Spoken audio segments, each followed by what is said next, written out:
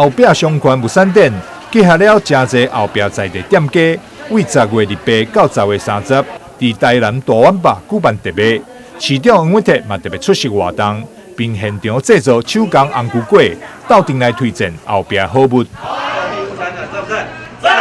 感谢大圆把提供这么好的优质场地，还有许许多多的消费者都会来看，也感谢后壁商圈提供这么好的产品。大家知道《熟女养成记》第1集、第2集都是在我们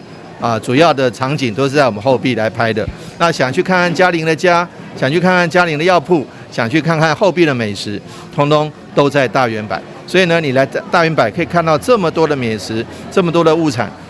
然后接下来要去看看后壁的清寮。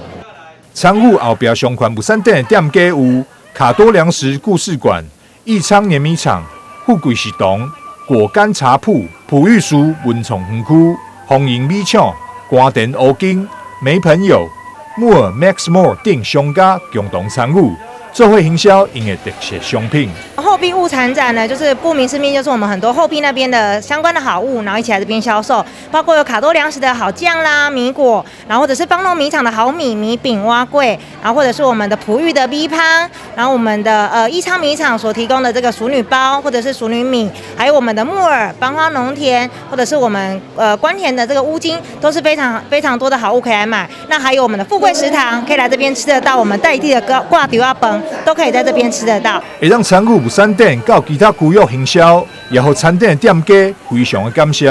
很感谢台南圆柏给我们后壁商圈这么好的一个机会，可以来这边把在地的农特产品分享给我们台南的好朋友。然后我们今天呢，把在地的农产品用成了米食加工做成最好吃的蛙粿，然后这个现场呢，让大家品尝到好吃的蛙粿，也可以吃到割刀饭。这么好的机会，我们要感谢圆柏，也感谢我们台南市政府。丰盈米厂也趁到这次记者会机会，替自家参加农粮署台湾米礼盒仔票选活动的产品来邮票。台湾好米礼盒选拔票选投票，然后我们现在呢分享芳农好米，只要呢我们上网去投票，然后我们就送你们5米乐南满之梨的票选，按赞之后呢就送给大家一包。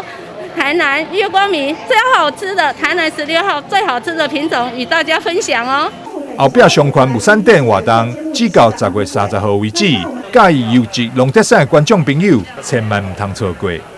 台南新闻张硕维采访报道。